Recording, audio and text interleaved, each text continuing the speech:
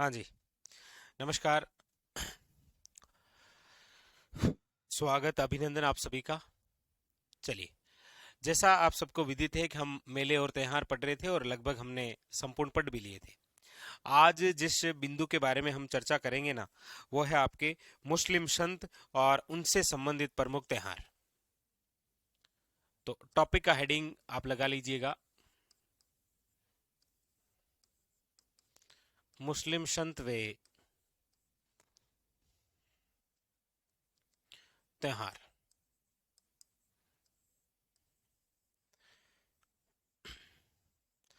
सबसे पहली बात, जिन मुस्लिम संत के बारे में हम चर्चा करने जा रहे हैं वो है आपके ख्वाजा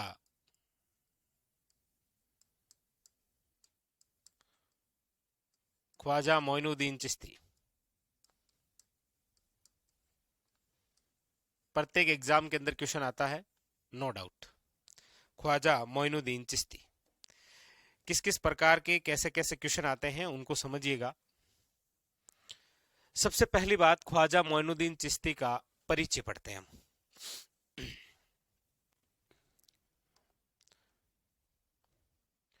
सबसे पहली बात है इनका परिचय।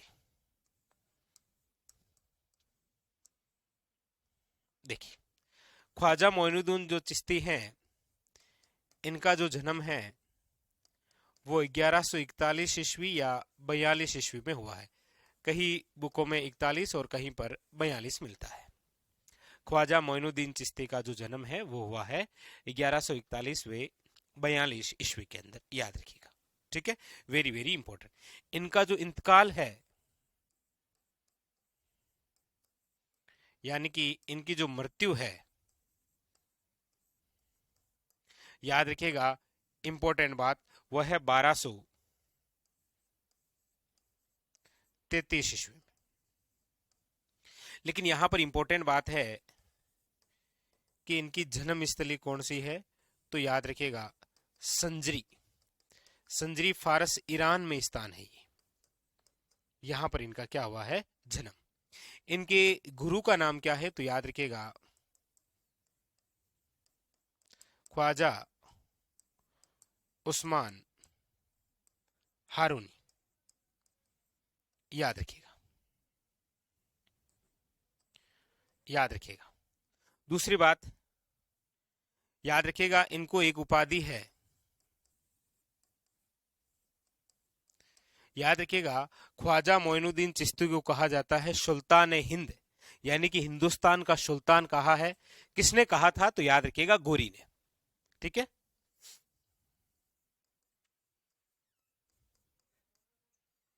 सुल्तान हिंद।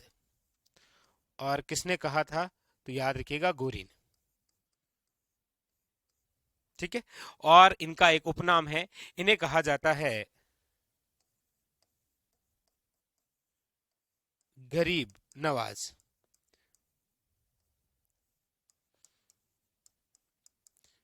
गरीब नवाज का तात्पर्य होता है वे लोग जो, याद रखिएगा, धन का संग्रह नहीं करते हैं, यानी कि स्वयं के पास धन को इकट्ठा नहीं करते हैं ना, वो लोग कहलाते हैं गरीब नवाज।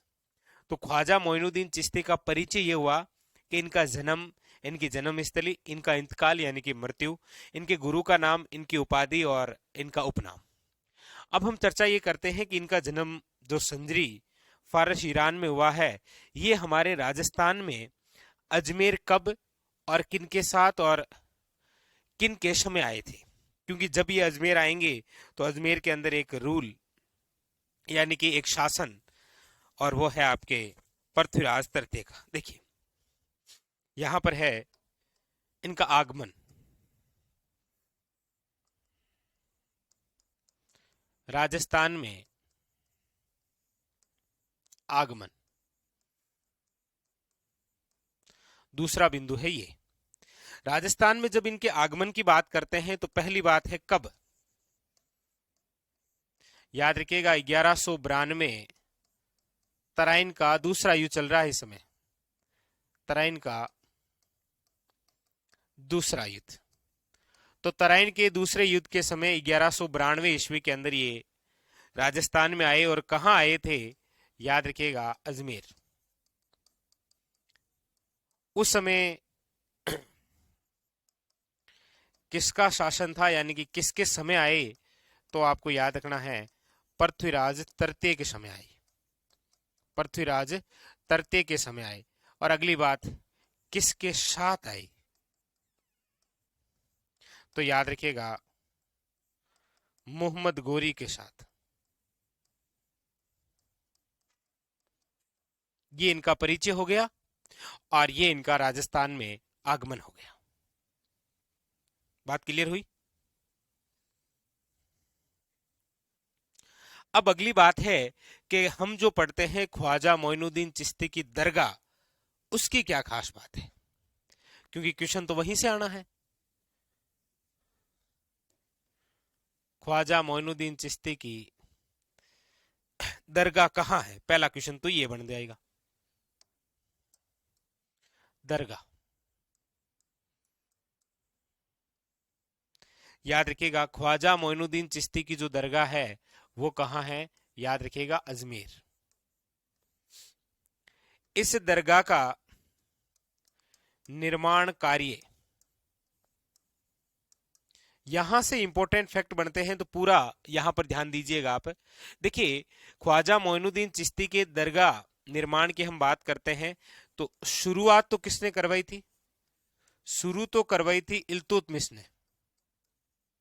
ठीक है, शुरुआत किसने करवाई थी, इल्तुतमिश ने। लेकिन इसको पक्का पक्का निर्माण किसने शुरू करवाया था, याद रखिएगा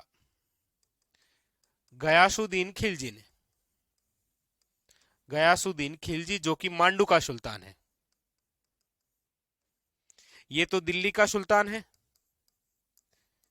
दिल्ली का सुल्तान कौन, इल्तुतमिश। और गयासुद्दीन खिलजी कौन है, याद रखिएगा मांडू का सुल्तान। ठीक है, अगली बात, इस निर्माण कार्य को पूर्ण किसने करवाया था तो आपको याद रखना है हुमायूं। लेकिन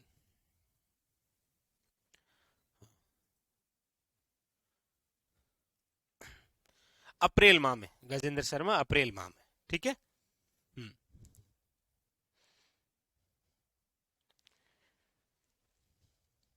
ठीक है, ये कंप्लीट हो रही है। आप देखिए, ख्वाजा मोइनुद्दीन चिश्ती की दरगाह कहाँ है, अजमेर में। निर्माण कार्य शुरू किसने करवाया था, इल्तुतमिश ने। पक्का निर्माण किसने करवाया, गयासुद्दीन खिलजी ने। लेकिन पूरी किसने बनाई थी, हुमायूं ने। अब क्वेश्चन पूछा जाता है, ये तो निर्माण कार्य से रिलेटेड बातें हो गई। अब आपको पूछा जाता है कि ख्वाजा मोइनुद्दीन चिश्ती की दरगाह पर आने वाला प्रथम सुल्तान, दरगाह पर आने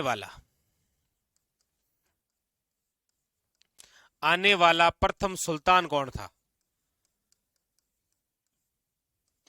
तो याद रखिएगा मोहम्मद बिन तुगलक।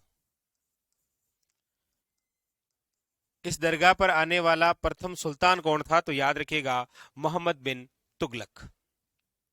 याद रखिएगा इसी दरगाह के निर्माण में, दरगाह के निर्माण में 4 गांव दान में देने वाला व्यक्ति कौन था, याद रखिएगा मेवाड़ के महाराणा जगत सिंह सेकंड। कौन था, जगत सिंह सेकंड। याद रखिएगा यही दरगाह के व्यवस्थार्थ के लिए, यानी कि व्यवस्था के लिए 18 गांव जिस मुगल बादशाह ने दिए थे वो थे अकबर। ठीक है, पहली बात तो यहां तक बात क्लियर हुई। ख्वाजा मोइनुद्दीन चिश्ती की परिचय की हमने बात की। फिर राजस्थान में आगमन हुआ। फिर इनके दरगाह की बात कि दरगाह कहाँ है, अजमेर में। निर्माण कार्य शुरू इल्तुतमिश ने करवाया, लेकिन पक्का निर्माण गयासुद्दीन खिलजी द्वारा है। पूर्ण किसने करवाया, हुमायूं ने।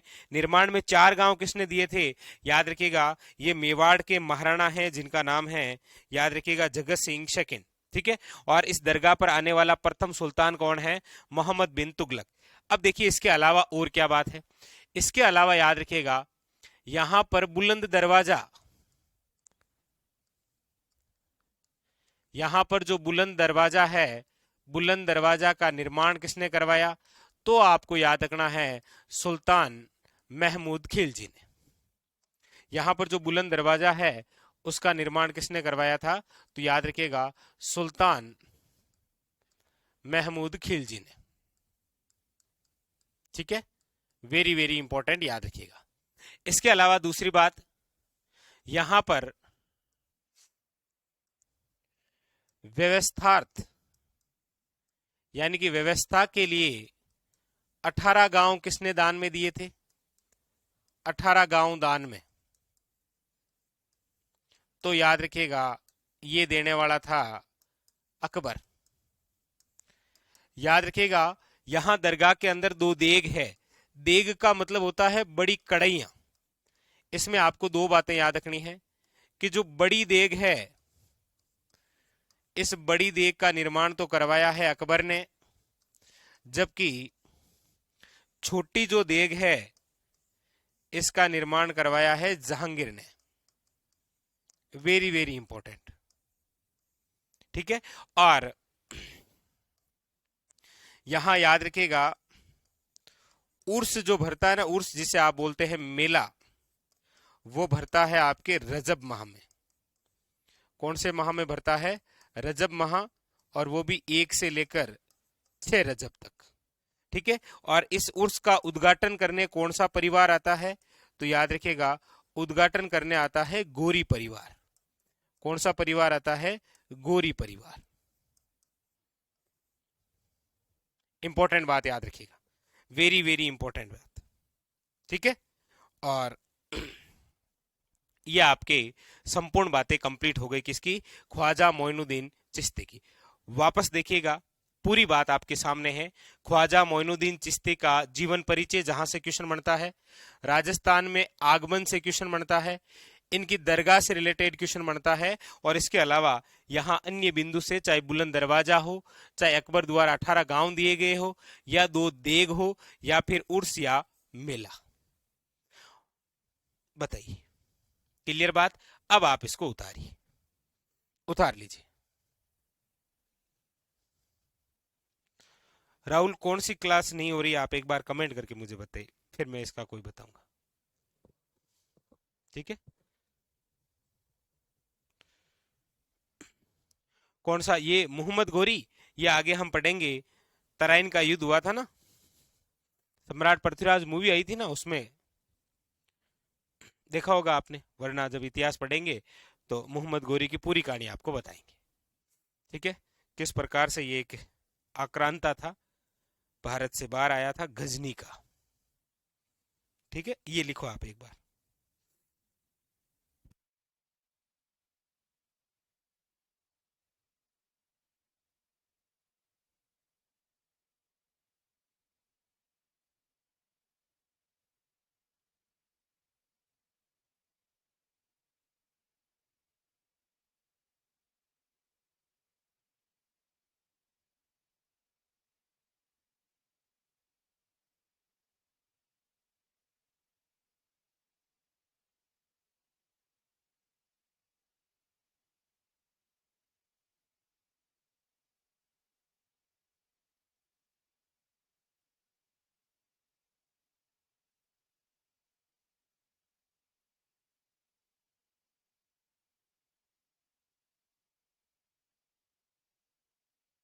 ये लिखिएगा। अच्छा ठीक है राहुल। प्रियंका, रजब माह कौन सा होता है ये, देखिए आगे हम पढ़ेंगे हिजरी संवत। जैसे हमने हिंदुओं का एक कैलेंडर पढ़ा था ना, विक्रम संवत कैलेंडर, उसी प्रकार मुस्लिमों से संबंधित एक कैलेंडर है जिसका नाम है हिजरी संवत। उसी हिजरी संवत में 12 महीने होते हैं, और उनके अंदर ये जैसे माह आते हैं, जैसे मुहर्रम माह है, मुहर्रम माह है, रजब माह है, ठीक है, बताऊंगा उस समय।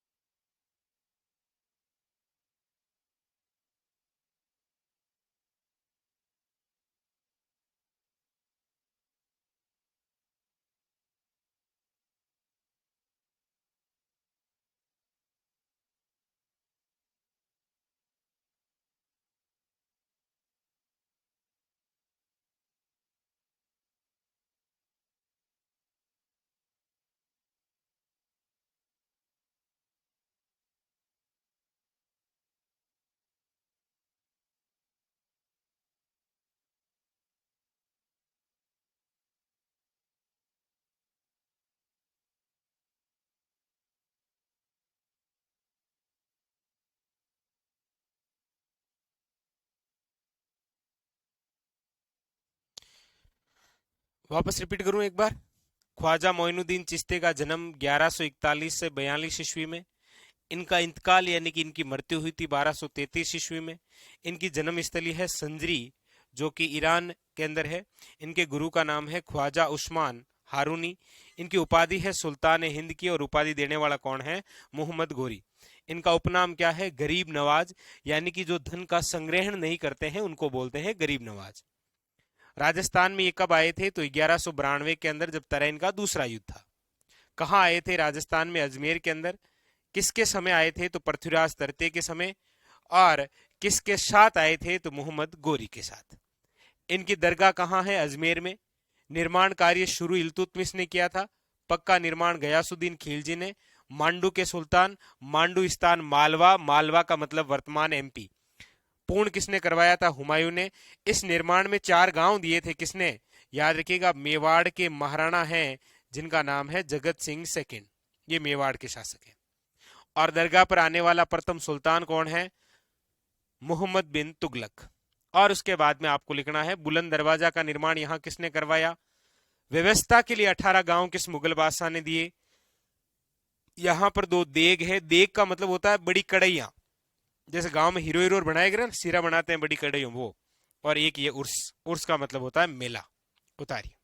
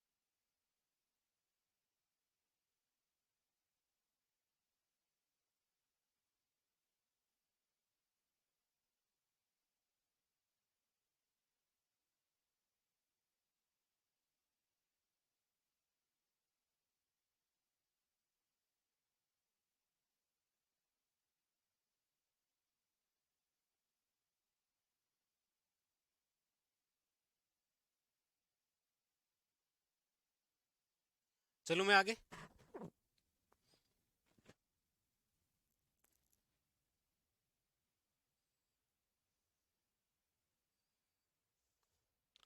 चलिए, अब हम चर्चा करेंगे ख्वाजा मोइनुद्दीन जो चिश्ती है ना, ख्वाजा मोइनुद्दीन चिश्ती के शिष्य के बारे में। वो भी बहुत प्रसिद्ध हुए हैं। वो भी एक सूफी संत हैं, सूफी हमीदुद्दीन चिश्ती या फिर सूफी हमीदुद्दीन नागौरी।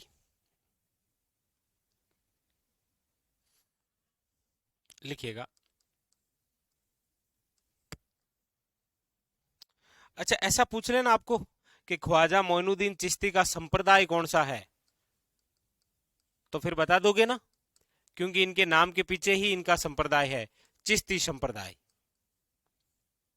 जैसे हमने पढ़ा ना, विष्णु संप्रदाय, चरणदासी संप्रदाय, वैसे।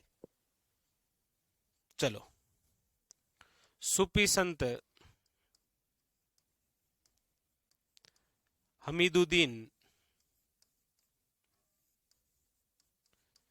चिश्ती या नागौरी।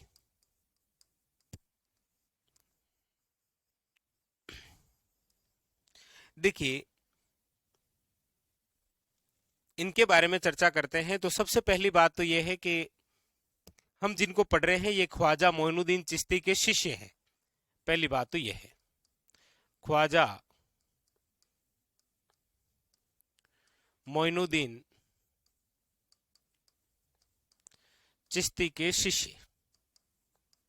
ठीक है। दूसरी बात, इनका उपनाम है, इन्हें कहा जाता है सन्यासियों का सुल्तान। और इनको सन्यासियों का सुल्तान किसने कहा था, तो याद रखिएगा, ख्वाजा मोइनुद्दीन चिश्ती ने। मोइनुद्दीन चिश्ती ने। इनकी जन्मस्थली की हम बात करते हैं तो याद रखिएगा, इनकी जन्मस्थली तो है, याद रखिएगा, दिल्ली। लेकिन इनका जो केंद्र हुआ करता था वो था सुवाल गांव, और ये सुवाल गांव है नागौर में। आप देखेंगे कि इनकी जो दरगाह है वो बनी हुई है नागौर में। यानी कि आपको पूछा जाए कि भारत की सबसे बड़ी दरगाह कहीं है तो वो ख्वाजा मोइनुद्दीन चिश्ती की दरगाह अजमेर है, उसके बाद में दूसरी सबसे बड़ी नागौर में ही है। इसीलिए इस दरगाह को कहा जाता है ए तारकीन का दरवाजा। ए तारकीन का क्या बोलते हैं, दरवाजा, याद रखिएगा। वेरी वेरी इंपॉर्टेंट, उतारिएगा। ठीक है।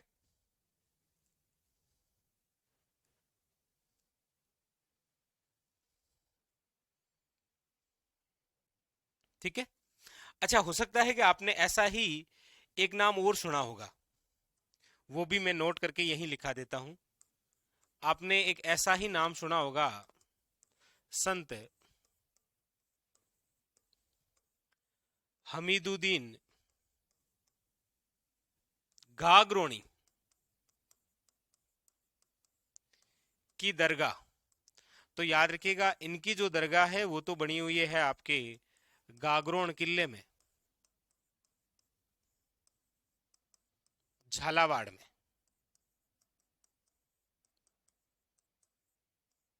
और एक और नाम लिख लीजिएगा, वो है काजी हमीदुद्दीन सुरावर्दी की दरगाह। इनकी दरगाह भी कहां पर है, नागौर में। तो ये एक जैसे नाम है, थोड़ा थोड़ा कंफ्यूज हो जाता है, इसीलिए ये भी आप दोनों नोट करके एक साथ में लिखिएगा। ठीक है। हाँ, आदित्य शर्मा करेंगे बिल्कुल। ठीक है। अभी देखिए 3 बजे पूरी रणनीति लेकर आ रहे हैं पशु परिचर की, यूट्यूब कौटिल्य क्लासेस पर, तो आप वहां आइए और देखिए, आपके जो जो मन के क्वेश्चन है सर, आयु या योग्यता, यो आवेदन है या फिर सिलेबस, वो सारी कुछ बातें बताएंगे। ठीक है, मैं भी हूँ, साथ में सर भी हैं। ठीक है। हाँ, वो दो बातें वो भी लिखा देता हूँ, लीजिए नोट करके, वो भी लिख लीजिए।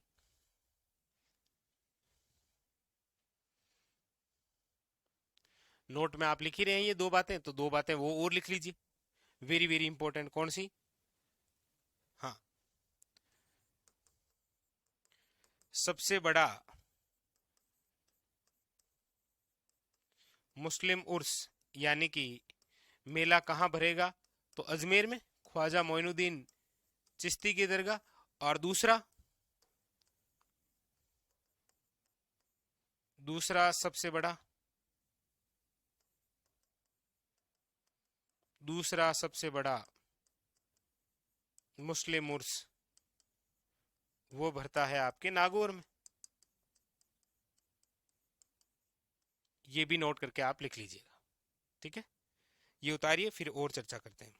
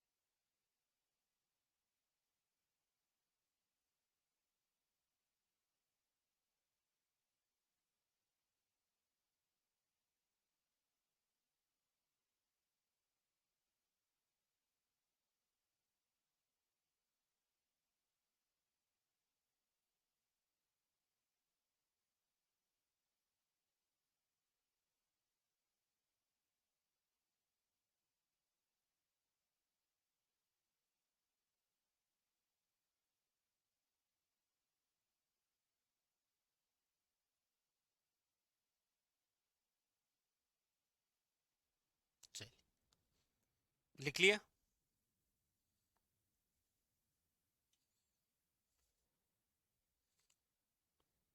चलिए नेक्स्ट आगे। अगली जो बात है वो है आपके सामने,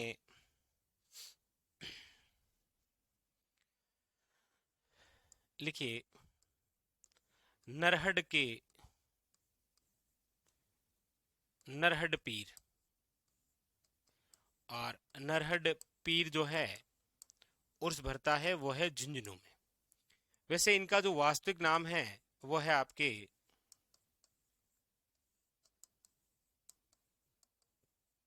सक्कर बाबा पीर। ठीक है, याद रखिएगा, नरहड के पीर सक्कर बाबा पीर कहलाते हैं। और इनका जो उर्स है वो भरता है, याद रखिएगा, भाद्रपद कृष्ण अष्टमी। याद रखिएगा, इस दिन आती है कृष्ण जन्माष्टमी। तो कृष्ण जन्माष्टमी के दिन निम्न में से कौन सा मुस्लिम उर्स भरता है? याद रखिएगा, नरहड के पीर।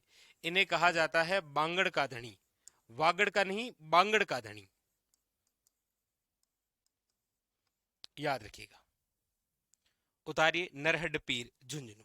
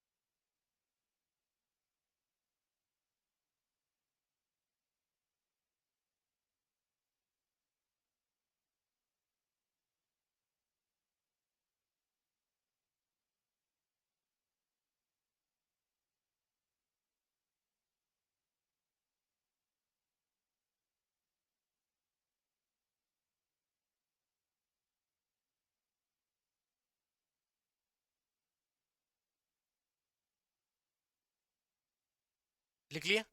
नरहड पीर झुंझुनू, इनका वास्तविक नाम है शक्कर बाबा पीर या हाजी शक्कर बाबा पीर, एक ही बात है। उर्स भरता है मेला भाद्रपद कृष्णाष्टमी, कृष्ण जन्माष्टमी के दिन। हाँ, बांगड़ का धनी बोलते हैं इनको, वागड़ का नहीं। वागड़ का धनी है संत माओ जी। ठीक है। हाँ, स्थान लिखना चाहो तो चिड़ावा लिख लो, ये लो। बाकी झुंझुनू ध्यान रखना आपको, ठीक है। चिड़ावा लिख लिया। अब देखिए आगे, आगे है आपके संत फकरुद्दीन की दरगाह। डायरेक्ट वन लाइनर क्वेश्चन आता है आपके सामने कि संत फकरुद्दीन की जो दरगाह है वो कहाँ है। तो याद रखिएगा, सबसे पहली बात तो यह है गलियाकोट में। ठीक है, गलियाकोट कहां पर है? याद रखिएगा डूंगरपुर में। कौन सी नदी के किनारे है? तो याद रखिएगा माही नदी के किनारे। ठीक है, माही नदी। और इस दरगाह का दूसरा नाम है, इसे बोलते हैं मजार ए फकरी। तो आपको कई बार ऐसे भी पूछ लेता है कि मजार ए फकरी कहां है। ठीक है, याद रखिएगा। तो ये तो कौन है? संत फकरुद्दीन की दरगाह। यहां एक है आपके सामने ख्वाजा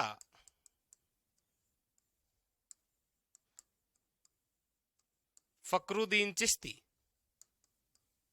तो ख्वाजा फकरुद्दीन जो चिश्ती है, इनकी जो दरगाह है वो है आपके कहां पर? तो याद रखिएगा यह है सरवाड़ अजमेर में।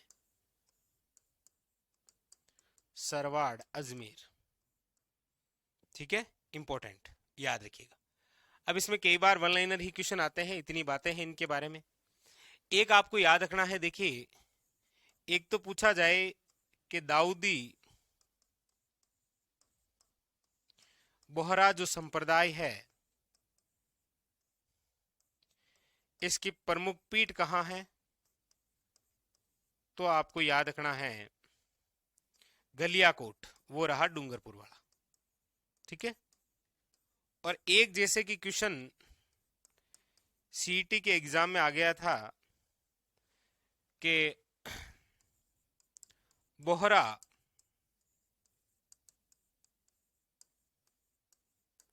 अब्दुल्ला पीर की दरगाह कहां है?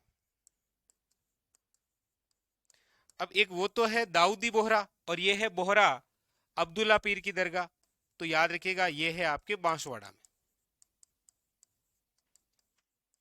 कहां पर है? बांसवाड़ा के अंदर। ठीक है, उतारिए। और बाकी जब हम किले पढ़ते हैं ना, तो उन किलों के अंदर बहुत सारी दरगाह, मीनार, मस्जिद ये पढ़ते हैं। ठीक है, तो वो तो वैसे ही चिंता नहीं करनी है, किलों में पढ़ते हैं आप।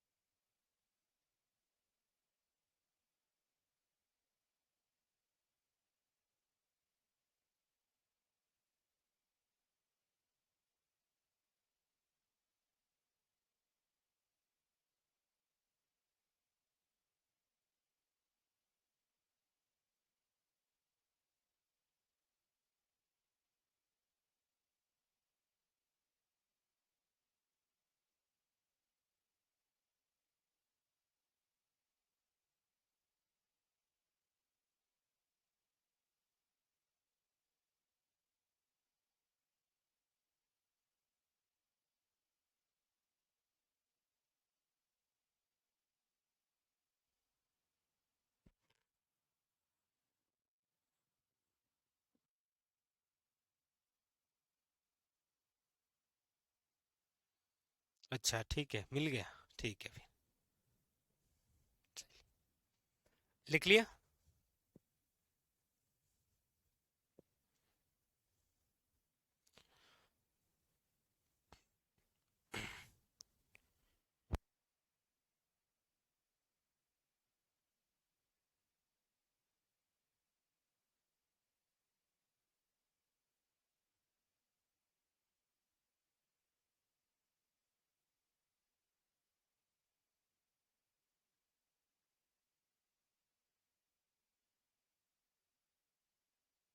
चलिए आगे बढ़े हम।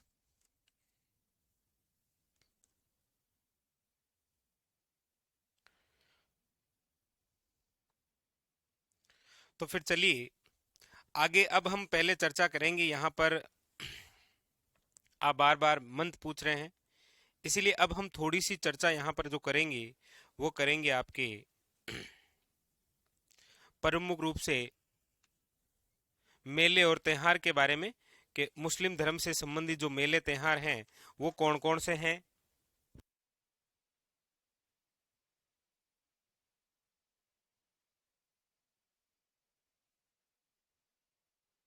ठीक है, क्योंकि उसमें हम ये चर्चा कर लेंगे कि कौन सा माह होता है, जैसा अभी आपने पूछा सर रजब कौन सा माह है, वो सारी चर्चा। ठीक है, इसलिए अब हम यहाँ पर मुस्लिम धर्म से संबंधित जो कैलेंडर है उसके बारे में पढ़ते हैं।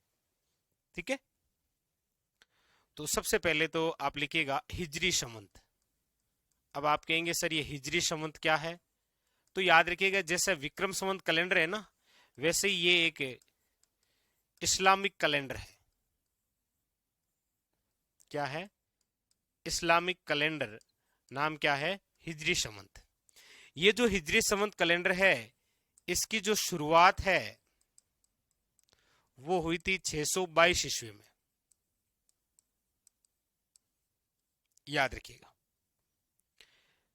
622 ईस्वी में, वेरी वेरी इंपॉर्टेंट। और इसी हिजरी संवत में याद रखिएगा टोटल कितने माह होते हैं? 12 माह होते हैं। इसके अंदर जो प्रथम माह है वो कहलाता है आपके मुहर्रम। प्रथम माह का नाम क्या है? याद रखिएगा मुहर्रम। और जो अंतिम माह है उसका नाम है जिलहिज। अंतिम माह कौन सा है? जिलहिज। और बाकी जो माह आएंगे वो मैं आपको त्योहारों के अंदर बताऊंगा। ठीक है, तो ये एक बार आप लिखिएगा ताकि आपको क्लियर रहे कि इस्लामिक कैलेंडर क्या कहलाता है, हिजरी संवत, इसकी शुरुआत कब हुई थी। ठीक है,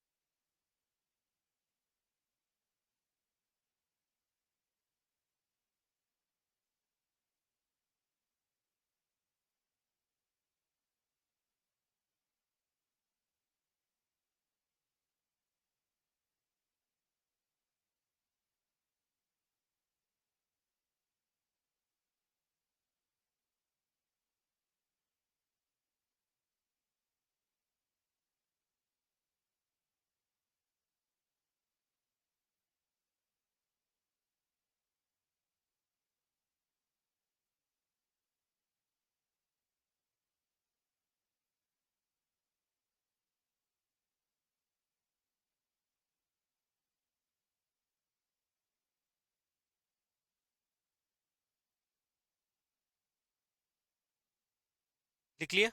चलिए अब हम शुरू करें यहां से।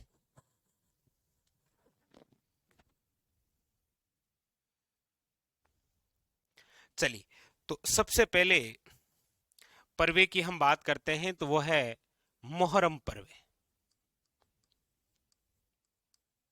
मोहर्रम पर्व ये कब आता है? तो याद रखिएगा हिजरी संवत जो कैलेंडर है उसका जो प्रथम माह है मुहर्रम माह की 10 तारीख को, मुहर्रम माह की 10वीं तारीख को जो पर्व मनाया जाता है वो होता है मुहर्रम। आप कहेंगे सर क्या होता है इस दिन? तो याद रखिएगा इस दिन ताजिए निकाले जाते हैं। एग्जामिनर पूछता है ना कि निम्न में से किस माह में ताजिए निकालते हैं, तो याद रखिएगा मुहर्रम पर्व। क्यों निकालते हैं? क्योंकि ये एक शहादत दिवस है। ऐसा क्या हुआ था इस दिन? हाँ, तो आपको याद रखना है कि मोहम्मद साहब के जो नाती थे ना, हुसैन इमाम, उनको शहादत प्राप्त हुई थी इस दिन। मोहम्मद साहब के नाती हुसैन इमाम को शहादत, इसीलिए इसे शहादत दिवस, और याद रखिएगा इसे बोलते हैं आशूरा पर्व। इस दिन एक वाद्य यंत्र का भी प्रयोग लिया जाता है, और वो जो वाद्य यंत्र है उसका नाम है तासा। ये है आपके कौन सा पर्व है? मुहर्रम पर्व है। ठीक है, याद रखिएगा। एक आता है आपके ईद उल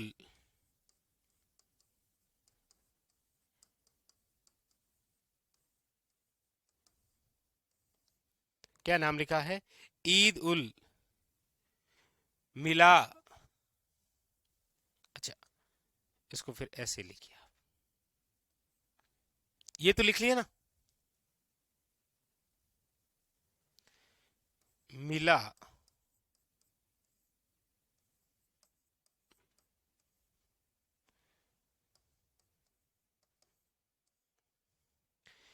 ईद उल मिलादुल नबी।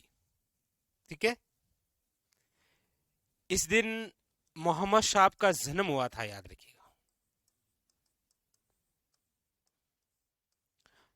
इसीलिए कौन सा पर्व मनाया जाता है? याद रखिएगा, ईद उल मिलादुल नबी। इसका अन्य नाम भी है, याद रखिएगा, इस त्योहार का। तो कई बार वो अन्य नाम भी पूछ लेता है, वो है बरा वफात। ये डायरेक्ट पूछा गया है कि बरा वफात क्या है। याद रखिएगा, मोहम्मद साहब का जन्म। अच्छा, कौन से माह में आता है? तो याद रखिएगा, जैसे ये मुहर्रम पर्व कौन से माह में आता है? मुहर्रम माह में। उसी प्रकार याद रखिएगा, रबी उल अव्वास माह के अंदर मोहम्मद साहब का जन्म हुआ, जिसको आज किस रूप में मनाते हैं? याद रखिएगा, ईद उल मिलादुल नबी। और ये आता है आपके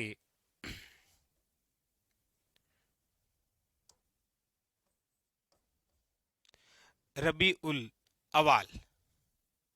ठीक है, माह के अंदर। वेरी वेरी इंपॉर्टेंट लिखिएगा, वेरी वेरी इंपॉर्टेंट।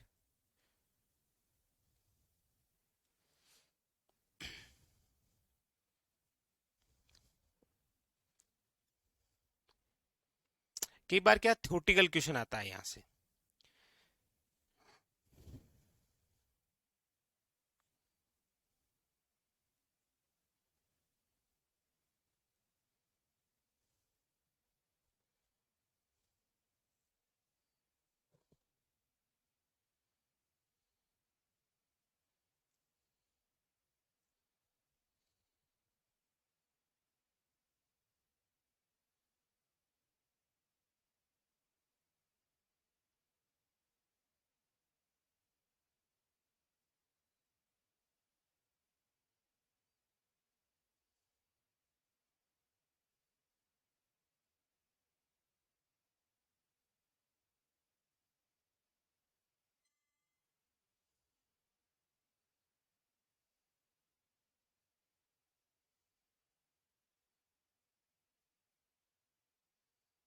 ठीक है, अब आपको लिखा देते हैं मिठी ईद कौन सी और बकर ईद कौन सी है, यानी कुर्बानी का दिवस कौन सा है। ठीक है,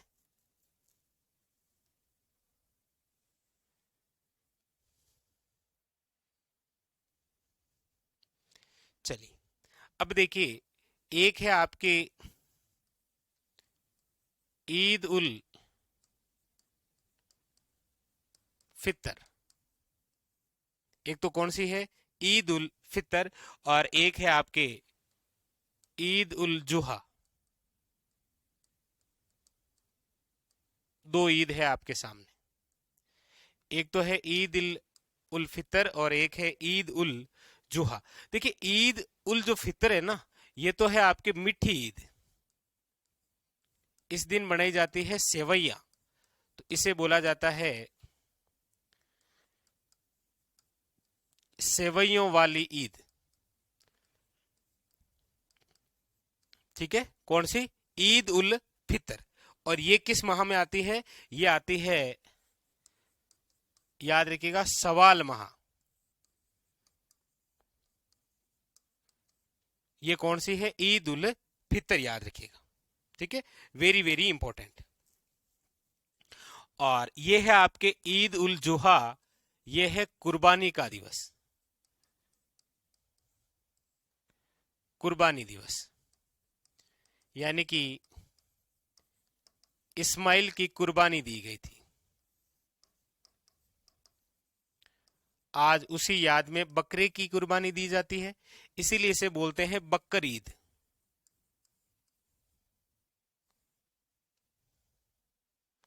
या बकरा ईद। ये जिस माह में आती है वो है जिलहिज। ठीक है, एक याद रखिएगा,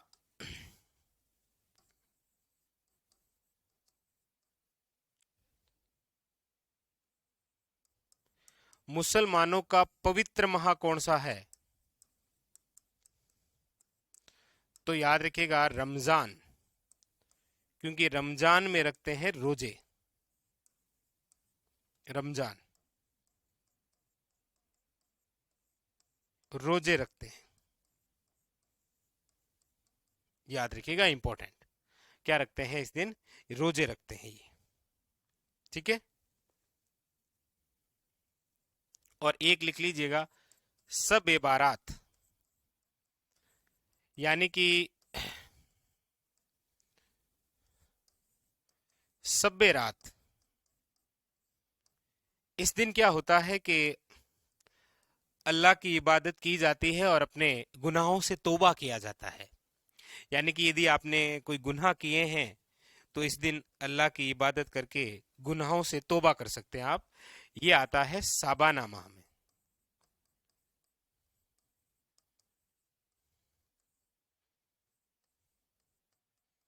गुनाहों से तौबा, जैसे हमने पढ़ा है ना जैन धर्म के अंदर समायाचना पर्व, उसी प्रकार ये है कि इस दिन अल्लाह की इबादत करके आप गुनाहों से तौबा कर सकते हैं। ठीक है, बस ये उतार लीजिएगा। इतने ही त्योहार आते हैं। शहादत क्या होता है? शहादत का मतलब होता है किसी युद्ध भूमि में वीर गति को प्राप्त होना, किसी युद्ध भूमि में मृत्यु हो जाना, युद्ध भूमि में काम आ जाना। ठीक है, तो ये आपके सारे त्योहार जो होते हैं ना मुस्लिमों के, वो कंप्लीट हो गए।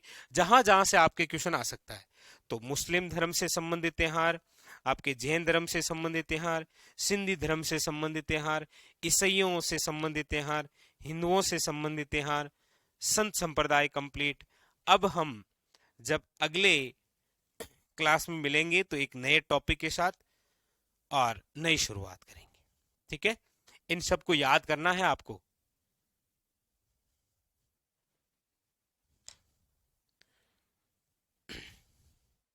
लिखिए।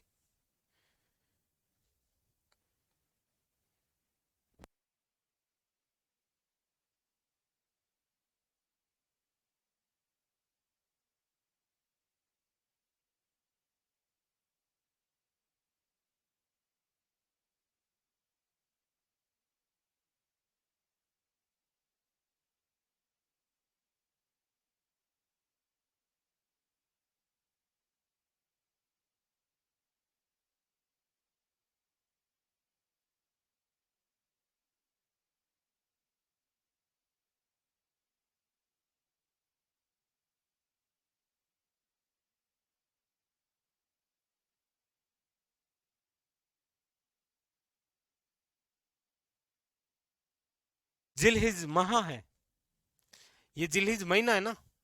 ये देखो यहां लिखा है था ना, देखो हिजरी संवत में कितने माह हैं? 12। प्रथम माह मोहर्रम और अंतिम माह कौन सा लिखा था? जिलहिज। जिलहिज माह के अंदर आती है आपकी बकरीद। ठीक है, चलिए, तो फिलहाल आज के लिए इतना ही।